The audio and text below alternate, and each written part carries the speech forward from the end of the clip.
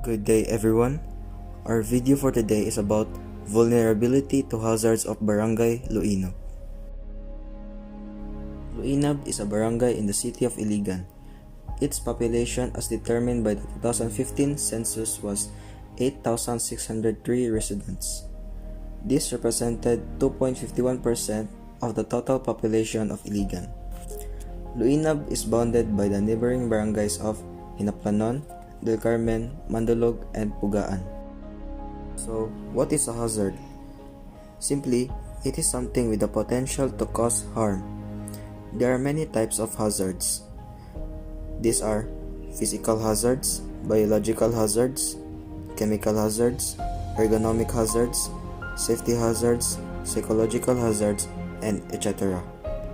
So in Barangay Luinab, the barangay is vulnerable to physical hazards. The first hazard the barangay is vulnerable to is flood. As Filipinos, we are certainly aware that our country is prone to typhoons due to its geographical location, which generally produces heavy rains and flooding of large areas, and also strong winds which result in heavy casualties to human life and destructions to crops and properties. Rainy season in the Philippines actually happens from the month of June to September. In 2011 and 2012, Barangay Luinab was greatly affected by massive typhoons like Sendong and Pablo, which has brought misfortune to the Iliganons. Hundreds of families were forced to leave their respective homes to avoid the danger and harm brought by these heavy typhoons. The second hazard is fire. Fire doesn't occur regularly in this barangay, but still, it is vulnerable to fire because it can happen anytime in many houses.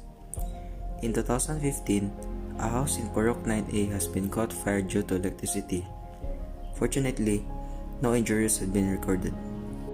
The third hazard is earthquake. Barangay Luinab is also vulnerable to an earthquake. Not only this barangay but the whole country, the Philippines, is highly prone to earthquakes since the location of our archipelago lies in the Pacific Ring of Fire, where earthquakes and volcanic eruptions usually occur due to movement of tectonic plates. However, since earthquakes are unpredictable and can strike at any given time, we can reduce the risk brought by this disaster by contingency planning, building safer structures, and providing education to the community on earthquake safety.